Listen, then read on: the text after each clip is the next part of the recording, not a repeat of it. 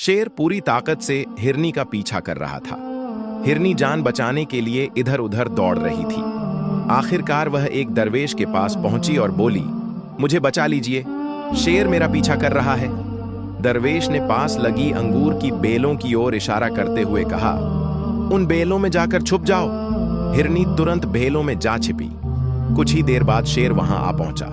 उसने इधर उधर नजर दौड़ाई, लेकिन हिरनी को ना देख सका।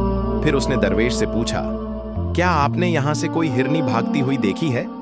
दरवेश मुस्कुराकर बोले, हां, अभी अभी यहां से गुजरी है। शेर तलाश करता हुआ आगे बढ़ गया। हिरनी ने चैन की सांस ली और मन ही मन कहा, अब मैं बच गई हूं। लेकिन थोड़ी ही देर बाद उसने वहीं अंगूर के पत्ते खाने शुरू कर दिए जिनमें छिपकर उसने अपनी जान बचाई थी। जल्द ही बेल के सारे पत्ते खत्म हो गए और उसका पर्दा हट गया। अब हिरनी साफ दिखाई देने लगी।